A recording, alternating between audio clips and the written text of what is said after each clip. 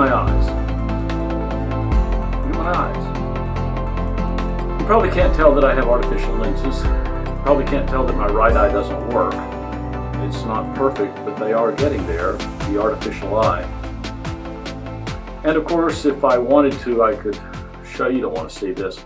I have an aortic valve made of plastic with little pieces of skin from a calf. And in here, there's an instrument to record my heartbeat and report it across the world to a cardiologist via Bluetooth and Wi-Fi. Think about those Apple luggage trackers, but for the heart. Friends of mine have artificial hips, artificial knees, artificial shoulders, prosthetic arms and legs.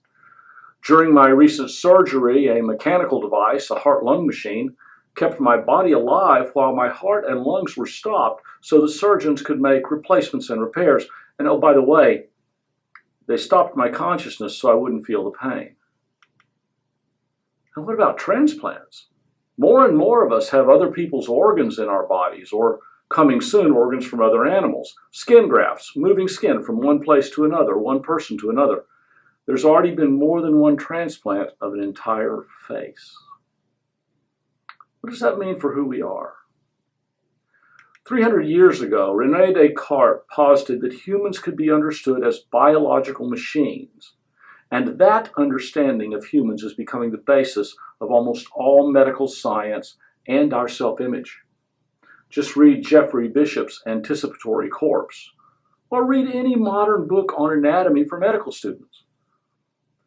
In those books, we consist of organs and systems that together make up a biological machine. More and more of the parts are interchangeable and the systems are repairable. A car has an engine, a chassis, wheels, a body, seats, AC, a heater, and these are linked together by an electrical system, by a suspension, by a fuel system, and so on. Are our bodies so different? In fact, and I'm living proof, our parts are the same as the parts of other animals. The cow's aortic valve can substitute for a human valve. More recently, a pig's heart kept a man alive for a month, and kidneys from pigs are keeping human bodies alive even longer. So if our parts can be replaced by animals on one side and artificial spare parts on the other, what makes us unique? What makes us special? What makes us more than a really complicated car or an animal that walks on two legs? The answer, for as long as there have been human beings, is twofold. First, we think of ourselves as intelligent. We analyze, synthesize, solve problems, make tools, communicate with each other. We're thinkers. We don't run on instinct the way animals supposedly do. Secondly, we have in our mind, or above our mind, or with our mind, consciousness. And it's consciousness not just of our surroundings, but consciousness of ourselves. We don't just think about and respond to our surroundings, we think about ourselves. We consider our inner states, our feelings, and we even try to change them.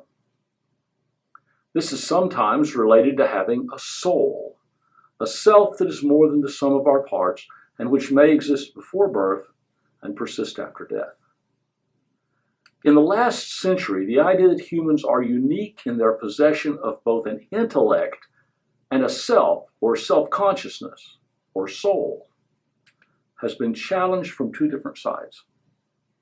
Studies of animal behavior have led more and more biologists and zoologists to believe that intellect isn't unique to human beings. From the standpoint of evolutionary biology, what we call intellect is simply the means by which an organism relates to its environment.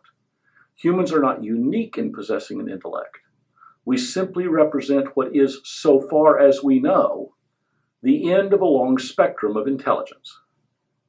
And that, of course, raises the question of whether some animals might not have something like a self-consciousness, a sense of self, a soul as well. And from the other side, we've seen the development of mechanical computing machines that, beginning as early as the 1960s, could be conceptualized as thinking machines. Vast advances in both theory and computer hardware available has led us today to machines designed to analyze and mimic the human intellect. In just the last few years, we've actually seen this mimicry become so good that it can reasonably be called artificial intelligence. But whether we are observing and interacting with animals on one hand or chatbots on the other, questions remain. Are we actually experiencing intelligence in these other creatures or in chatbots? Or are we projecting our intellect into the animals we love and the machines that we have created? Or are we redefining our own intelligence to be more like that found in animals and AIs? And as these animals and machines seem to us more and more conscious, even self-conscious, are we experiencing something like a self or a soul in them?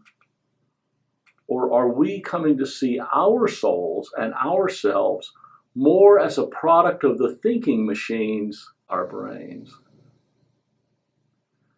These changes in our understanding of ourselves relate very closely to digitally related ministry, because it is in the digital environment that the playing field between artificial intelligence and our intelligence is most leveled. It is in the digital medium where the distinction between the human self and the artificial self is most blurred that we must consider what AI means. In short, it is in the digital medium that we are most likely to begin redefining what it means to be human, so that we are ultimately made in the image of a machine, even if it is a very complex biological machine. In the next episode, we'll dig in even deeper to this paradoxical situation.